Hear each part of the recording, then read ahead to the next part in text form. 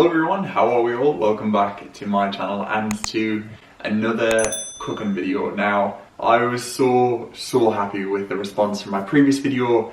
I was really nervous to share that video because I hadn't done a cooking video in a while, and I know a lot of you were asking for them, but I just didn't feel like many people wanted to watch it. But the response was lovely, and all of your comments were saying that you were really happy that they were back. So here I am again, we're back, we're on a roll. I'm going to make this a regular thing when I feel like we have recipes to share and they're going to be here. So in this video, I listened to your feedback, so we've got some veggie meals in here, and I'm also going to throw in a dessert option as well. So this video, we're going to be making a really easy leftover cauliflower and potato curry with spinach and peas and some lovely garam masala flavours in there. We're also going to be doing a creamy mushroom and spinach pie with a lovely short crust pastry top, tender stem broccoli and mashed potato. So a nice comfort food dish. Although we are entering spring, I still feel like there's a place for pie. We're also going to make some barbecue sticky mushroom burgers in a garlic chia batter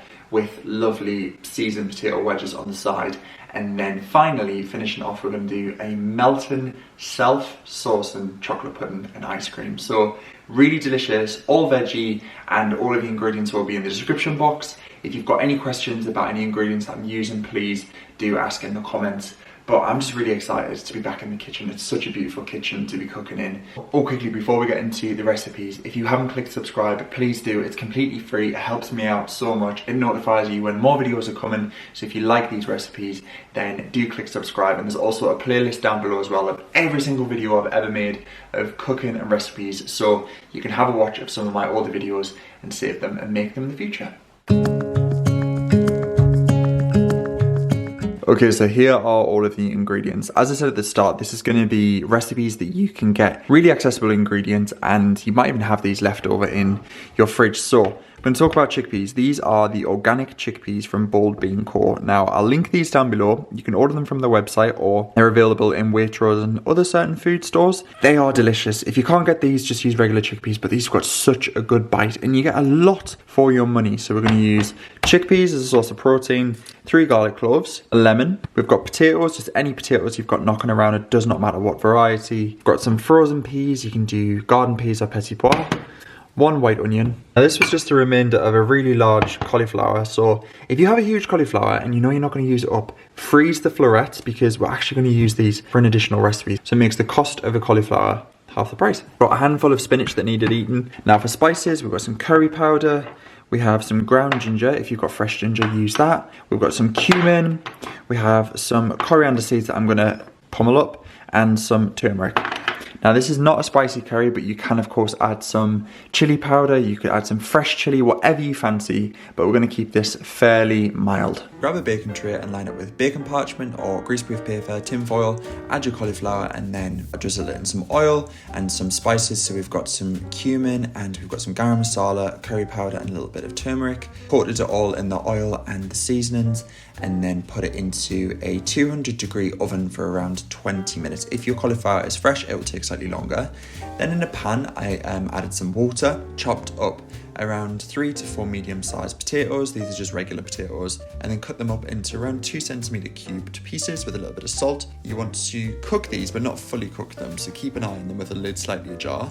Then I finely sliced up a onion, so I did half finely sliced and then I diced the other half just to add a bit of texture. And then you want to reserve some of the potato cooking water from the potatoes, drain them after they go just soft slightly at the edges, then back into the same pan add some butter and soften down your onions.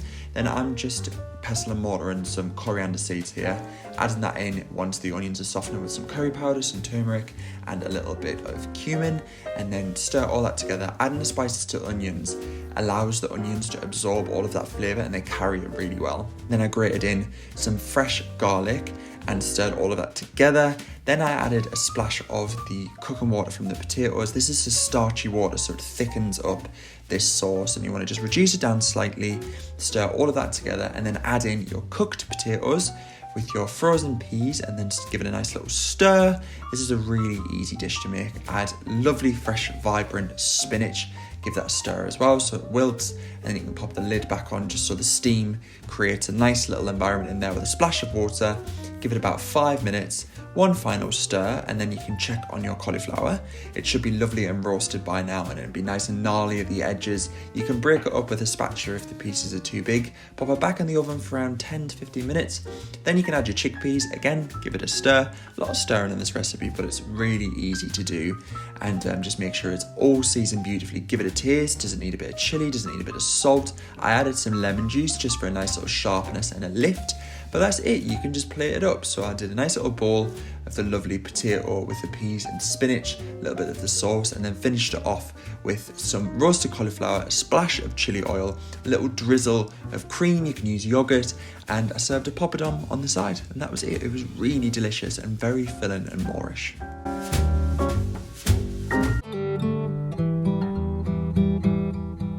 Okay, so this is everything you're going to need for the mushroom and spinach pie. Now, you can add chicken to this if you want a bit of extra protein, if you've got some chicken that needs using up, but this is fully veggie. So we're going to use some brown button mushrooms here, and these have just got such a lovely flavour. Also going to use a leek, so this is what classes as the allium. If you haven't got a leek, you can use a white onion or a shallot. We're also going to add some garlic, around 2 cloves. Now for flavours, we've got some fresh grated nutmeg. I'm going to use some lovely whole grain mustard. If you haven't got whole grain, you can use Dijon or even English mustard, just some kind of nice warmth. I've got half a vegetable stock cube, and we're going to add that straight into the sauce to give it a lovely depth of flavour. Some double cream for richness, a splash of white wine. If you want to keep it alcohol free, you can completely leave that out. And then we are cheating slightly, and we've bought ready rolled puff pastry, short crust pastry, sorry, because we're going to do a bottom and a top. And then for greens, we've got some spinach. This is just washed baby spinach, and some frozen peas. Okay, so start by topping and tailing your leek, splitting it down the middle and giving it a good rinse out just so there's no grit or dirt in there. And then you want to slice it up into roughly 1/2 centimetre pieces. Don't be too particular about this. Then in a large frying pan, add a generous glug of olive oil and warm that up. Then thinly slice up your chestnut mushrooms or button mushrooms, whichever mushrooms you've got. So you want to soften your leek down nice and gently over a medium heat and add a sprinkling of salt. That just helps it soften. And then you want to grate in 2 garlic cloves. I love the taste of garlic and leeks. They just work really, really well together. A splash of white wine to deglaze the pan. If you don't want to use alcohol, you don't have to. A little bit of vinegar would work. And then you want to add some whole grain mustard. This just gives a lovely warmth to the pie filling. And then nutmeg works really well in this as well. Nutmeg, mustard, and cream is just a match made in heaven. Just stir all that together and then add your frozen peas. Everything should be softening down by now. Then add in your spinach. It might look like a lot of spinach, but pop a lid on and leave it to wilt on a medium-low heat. And just stir it every now and then. Then I added half a vegetable stock cube with some water. I added around 250 ml of water. You might need to add more if you want a slightly looser filling. Then I added in the double cream and stirred all of that together with some freshly ground black pepper and a little sprinkling of salt. So I turned off the heat and then let that cool down whilst I started on my pastry top and bottom. So you want to roll out your pastry and measure out 4 pieces, so 2 for the lids and then 2 for the bases. I actually greased the individual pie dishes just because I didn't want the base to stick. Now you can do a big pie if you'd like, and you don't have to do a base if you don't want to, but I quite like a pastry base. So you just want to coax it around the sides, pressing in, and then you want to trim off the excess and then pop your cooled pie filling into the pastry cases. Now it's important it's cooled because otherwise it will melt the pastry. Then add your lid and press it around the sides just to making sure that the top and bottom is sealed. Use a fork to crimp the edges and using a sharp knife just trim off any excess pastry at an angle. You don't have to be too fancy about this, I just feel like it looks quite nice and fancy. Brush the top with egg wash or milk. I use milk just because I didn't want to waste an egg.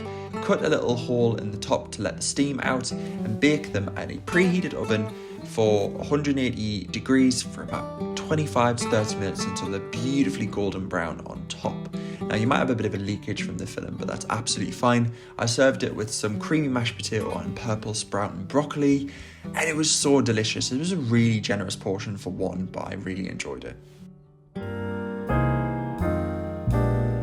Okay, so this is everything you're going to need for the sticky mushroom burgers. Now, these are so delicious. If you aren't a fan of mushrooms, you can of course do something completely different. You could do bean burgers, anything like that, but this is just kind of like a really good way to use up loads of leftovers in your fridge. So we had some random rocket that needed using, so we're going to do the burger buns using these gorgeous garlic ciabatta slices. There's 4 in here.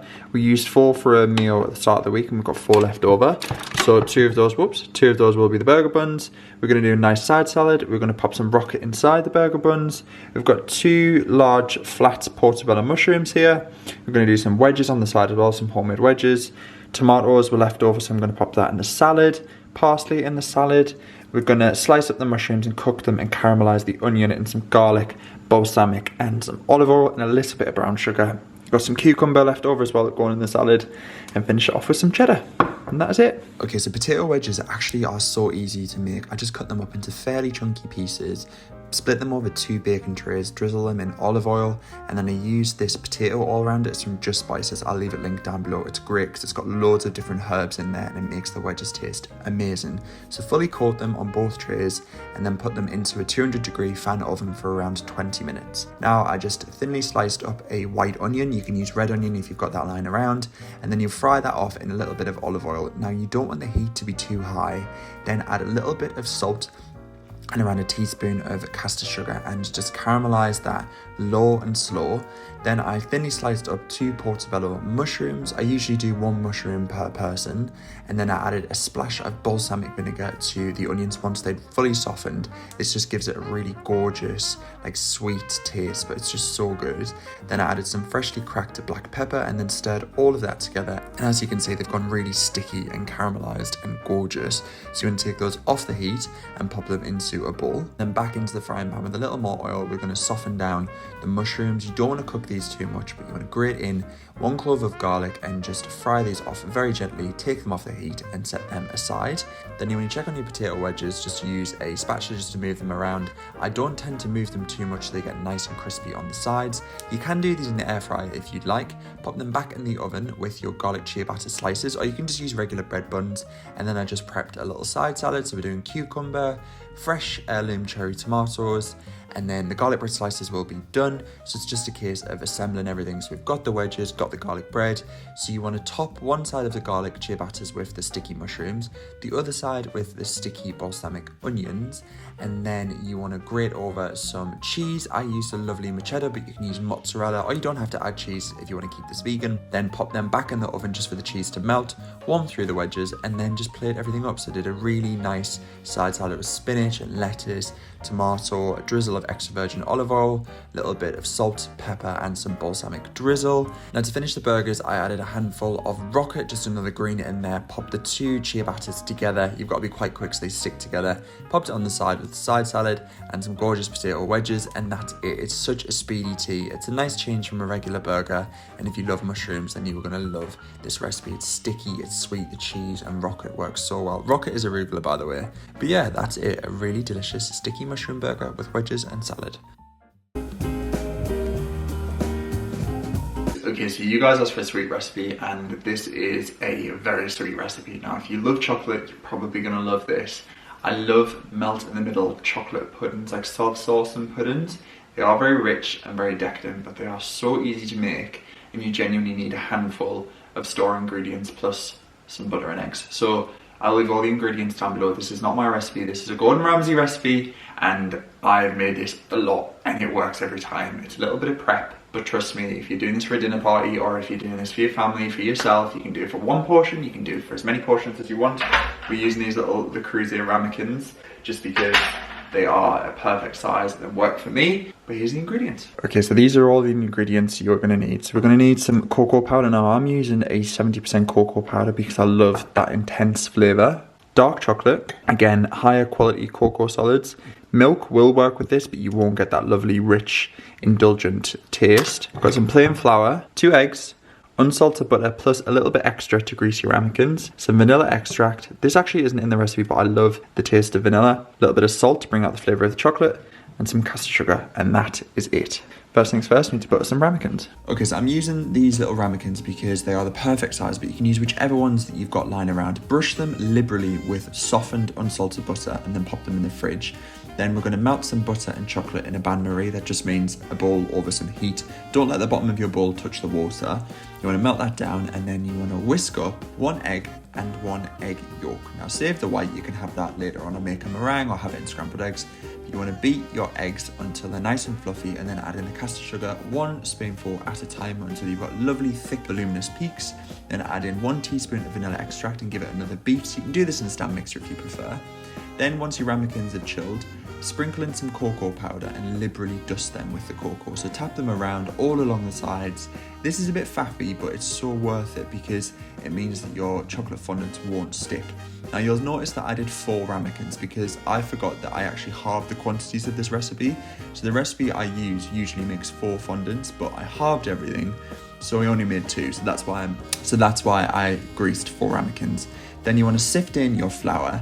Now the recipe was looking quite thick, so I actually added some Cointreau, which is like an orange liqueur, but you might need to add some orange juice. I know I didn't originally say that in the ingredients, but just see, you want it to be like a thin consistency, but like a drop in consistency. Pop them in the fridge until you need them and bake them for a specific time. Now these were in for 12 minutes, but I ended up baking them for around 13. Then I just did a bit of plate decoration with some caramel sauce.